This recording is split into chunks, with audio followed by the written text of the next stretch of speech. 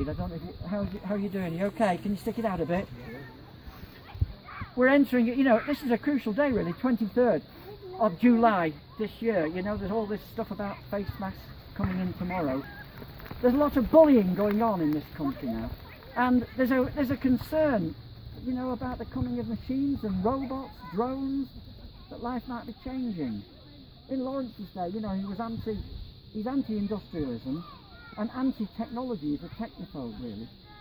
Because he could see what was coming, how industry was changing the landscape and changing the way people live, changing people's character, changing human nature really.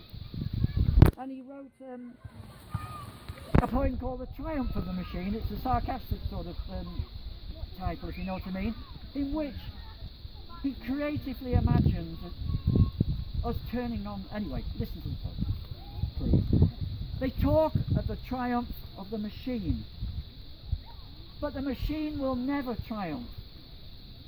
Out of thousands and thousands of centuries of man, the unrolling of ferns, white tongues of the acanthus lapping at the sun.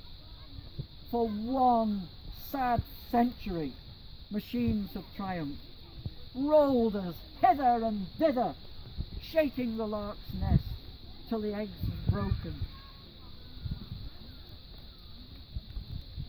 Shaken the marshes till the geese have gone, and the wild swans flown away, singing the swan song of us.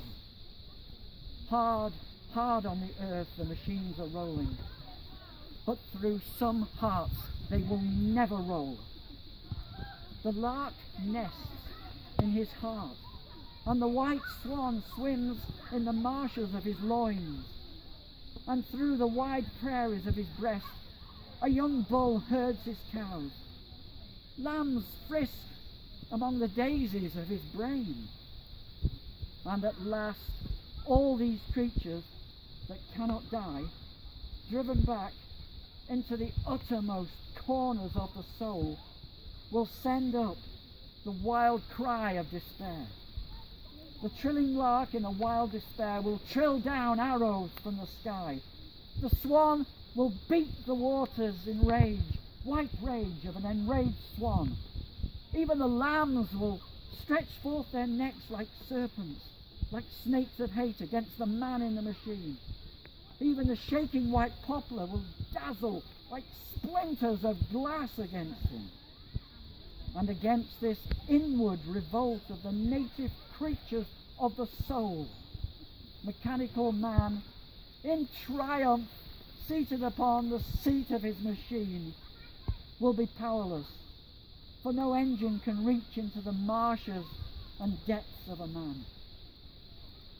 So mechanical man in triumph, seated upon the seat of his machine, will be driven mad from within himself and sightless, and on that day the machines will turn to run into one another. Traffic will tangle up in a long, drawn-out crash of collision, and engines will rush at the solid house. The edifice of our life will rock in the shock of the mad machine, and the house will come down. Then, far beyond the ruin, in the ultimate remote places, the swan will lift up again his flattened, smitten head, and look round and rise, and on the great vaults of his wings will sweep round and up to greet the sun with a silky glitter of a new day. And the lambs will follow, trilling Angelus again. And the lark will follow, trilling Angelus again. And the lambs will bite off their heads of the daisies for very friskiness. But over the middle of the earth will be the smoky ruin of iron, the triumph of the machine. Thank you.